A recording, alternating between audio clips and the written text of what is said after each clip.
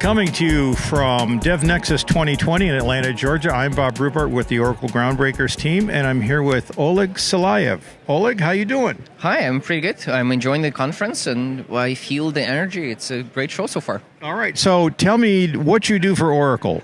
I work as a developer advocate on the GraalVM team, so for the GraalVM project. And that means that I'm managing the community and trying to help build the ecosystem of projects, tools, and frameworks that work well with GraalVM. Mm-hmm. And it's a very exciting project. It has many capabilities and it has many moving parts and support for different languages. It's a high-performance runtime, so there was some performance work that I can help doing, right? And then people are using that.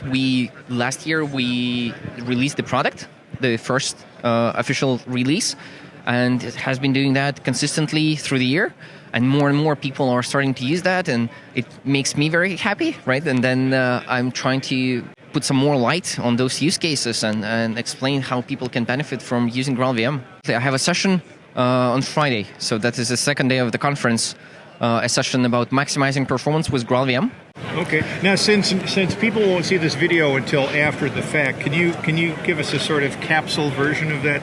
Yeah, absolutely. So GraalVM is a high-performance runtime, and it includes support for multiple languages. But for Java developers, the main factor could be that the GraalVM distribution can be their JDK distribution, so they can use it to run their Java programs. And because GraalVM includes a really good compiler, just-in-time compiler, the machine code that JVM will eventually compile the application to could be more efficient. So you can run your applications faster by just moving, like using a different distribution of the JDK. So this is one performance aspect that GraalVM can help with. And there is another opportunity that GraalVM offers is the technology called GraalVM native image. Mm-hmm. This is GraalVM has the ability to compile bytecode into the machine code ahead of time, right? So the same compiler that is used just in time, like at runtime to compile bytecode to machine code, can be used before your application even runs. And then we can analyze the application, we can build the full picture of what code will be running, we can compile that code to the machine code, and we can just like write it into the native binary, right? So the program that you just double click on it and it runs by itself. Right, so it doesn't depend on the JVM, and it doesn't include, since the code is precompiled, it doesn't include the JIT compilation facilities. So because of that, there is a very interesting combination of the performance characteristics for this, right? So this native binary will have an incredible startup, like milliseconds, and it will use less memory at runtime because it doesn't need to include the JIT compilation facilities. Right, so this makes it very interesting performance-wise for certain deployment strategies, for example, in the cloud, where you actually care about startup and memory usage of your applications a lot. And GraalVM gives you an option whether you would like to concentrate on the throughput and latency of your applications running on hotspot in the JVM mode, right? And then you will have the long-running processes, and this is one aspect of performance that some developers could be interested in, or there is an option to kind of shift this attention from peak throughput towards more memory consumption and startup. Yeah. So, the best thing is that you don't have to choose one because GraalVM gives you both options, right? And you can pick whichever suits your use case more.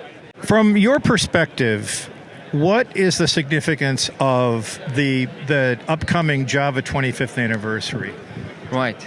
That's a very interesting question. So Java is the technology that powers the world as we currently know, right? So Java is a programming language, and more importantly, the JVM as a runtime, right, is the thing that all companies, like industries, car makers, manufacturers, airlines, everyone, banks, whoever, you name it, everyone runs Java, right?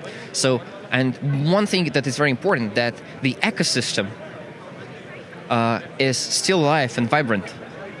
And what's very important is that the community that pushes Java forward, including Oracle as the current one of the major stewards of Java, right? A lot of work on the OpenJDK on Java happens in Oracle, right? And by Oracle employees. That people who were working on Java consistently for 25 years, right? They had this insight and this wisdom to build the platform for ages, right? So I'm sure we can be certain that Java will be here with us in 5 years, in 10 years, in 15 years, and so on. But at the same time, it's not a stale language, right? So some people, especially in the maybe in some communities, kind of like joke like Java is the new COBOL, right? The language that is not developing further, which is not true, because with every release, there are new features. There are new features on the language level, right? For example, in Java 14, there will be the early access of the records, right? So, and there is in Java 10, they added the var keyword to like simplify and like make the syntax less boilerplatey, right? And the language moves forward. And at the same time, the runtime platform moves forward as well, like getting more and more fit to the challenges that the current like ecosystem has, right? If you think about that, Java as the runtime has gone through tremendous amount of time and tremendous change about how we do computing, right? So in 1995, we were writing programs very differently than we did in 2005, right? This is and then every year now just the pace of change is just accumulating, right? So now we're talking about serverless frameworks and auto-scaling clusters of Kubernetes pods, and that is a very different environment that we had like on the mainframes, right? But Java has been successful through those ages and adapting to be successful in those environments. And I think this is it's a great testament to the team. And it's certainly couldn't happen without the vibrant and very passionate community. So I think it's just the quarter of a century, and Java is just starting. And now we have like other runtimes as well, right? So based on Java hotspots, for example, we have GraalVM, which has support for other languages as well, right? So it can run, for example, Python and Node.js and Ruby and R and WebAssembly now, and stuff like that. So it just expands the how broad the Java ecosystem is, because, for example, you can mix languages easily in your thing and use a Python library in your Java code base, right? It's fantastic. I'm very excited to look forward to what it will bring us. Indeed. Oleg, thank you so much for your time. Thank you for watching. For the Oracle Groundbreakers team, I'm Bob Rubart. Stay tuned.